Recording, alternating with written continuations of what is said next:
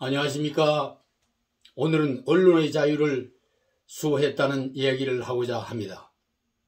구독 꼭 눌러주시기 바랍니다. 표현의 자유를 위해 투쟁하는 필리핀과 러시아 언론인 이명이 2021년 노벨 평화상을 받았습니다. 노르웨이의 노벨위원회는 10월 8일 필리핀의 58세 마리아 레사와 러시아의 60세 드미트리 무라토프가 노벨 평화상 공동 수상자로 선정해 발표했습니다. 레사는 필리핀에서 로드리고 두테르테 정권에 맞서 온라인 언론사를 운영해 왔습니다. 러시아 무라토프는 블라디미르 푸틴 정권의 언론 통제에 저항한 신문사의 편집장입니다. 베리트라이스 안데르센 노벨위원회 위원장은 민주주의와 항구적인 평화의 전제 조건인 표현의 자유를 수호하기 위한 두 사람의 노력에 존경을 표한다.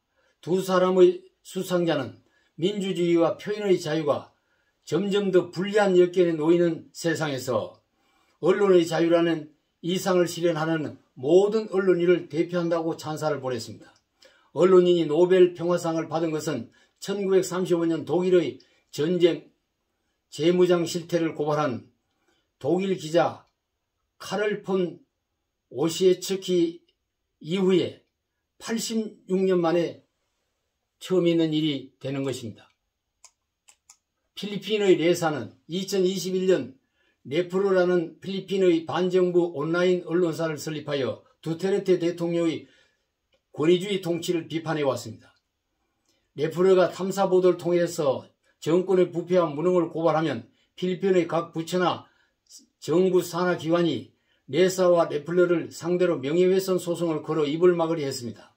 네플러에 대해 외국환 관리법 위반과 탈세 혐의를 적용하는 등 수사기관을 앞세워 다각도 압박을 가해 왔습니다. 레사는 2년 동안 10번 이상의 체포영장이 발부됐으며 필리핀 법원은 지난해 온라인 상의 명예훼손 혐의로 유죄를 선고했으며 지금도 항소심이 진행 중에 있습니다.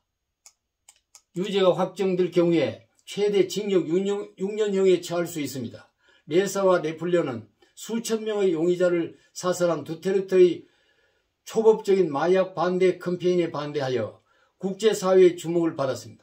노벨위원회는 레사가 두려움 없이 표현의 자유가 중요하다는 것을 강조해 왔다는 점을 높이 평가한다고 말했습니다. 미국 시사주간지 타임즈는 레사를 2018년 올해 인물로 선정했고 2019년에 세계에서 가장 영향이 있는 백인 중에 한 사람으로 선정했습니다. 레사는 노벨상 수상 소식을 듣고 나와 동료들이 싸움을 계속해 나갈 수 있는 엄청난 에너지를 얻었다. 사실 없이는 어떤 것도 가능하지 않다. 사실이 없는 세계는 진실과 신뢰가 없는 세계를 의미한다고 강조하고 나왔습니다.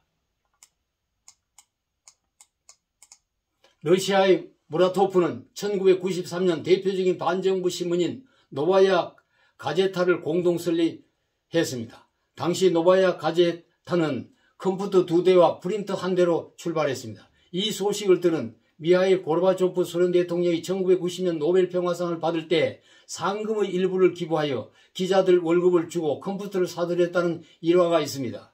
무라토프는 1995년 이후 24년간 노바야 가제타 편집장으로 일하면서 푸틴 대통령의 언론 탄압에 맞섰습니다. 노바야 가제타는 심층 취재를 통해 경찰의 야권 인사 불법 체포와 선거 조작, 공무원 부패, 온라인 언론 조작 등을 폭로하는 매체로 유명해지게 되었습니다. 노바야 가제타는 체첸 전쟁의 불합리성을 폭로한 안나 프리코프스키아 기자가 2006년 살해당한 것을 비롯하여 창간 이후 6명의 소속 기자의 어문의 살해를 당하는 위협을 받았지만 꿋꿋하게 신문을 발행해왔습니다.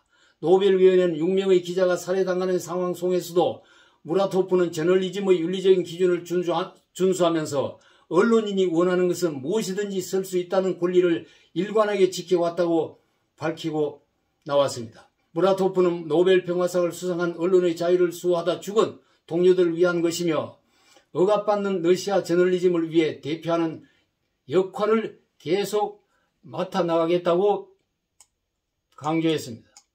노벨위원회는 자유롭고 독립적이며 사실에 기반한 저널리즘은 권력의 남용과 허위 선전으로부터 대중을 보호하는 역할을 합니다.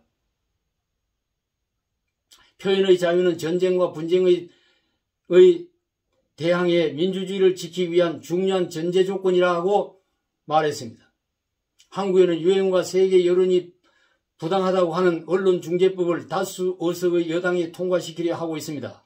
야당과 언론이 언론중재법을 언론재갈법, 언론말살법이라고 극렬한 반대를 하고 있는데도 밀어붙일 작정입니다. 언론의 자유가 자유민주주의의 바탕이며 전제 조건임을 잊어서는 안 될 것입니다. 언론 자유가 없는 곳에는 민주주의도 인간의 진정한 자유도 인권도 존재할 수가 없는 것입니다. 언론의 자유가 있는 그 바탕 위에 민주주의와 인간의 행복한 삶이 꽃필 수 있는 것입니다. 그만치 언론의 자유가 중요하다는 뜻입니다. 감사합니다.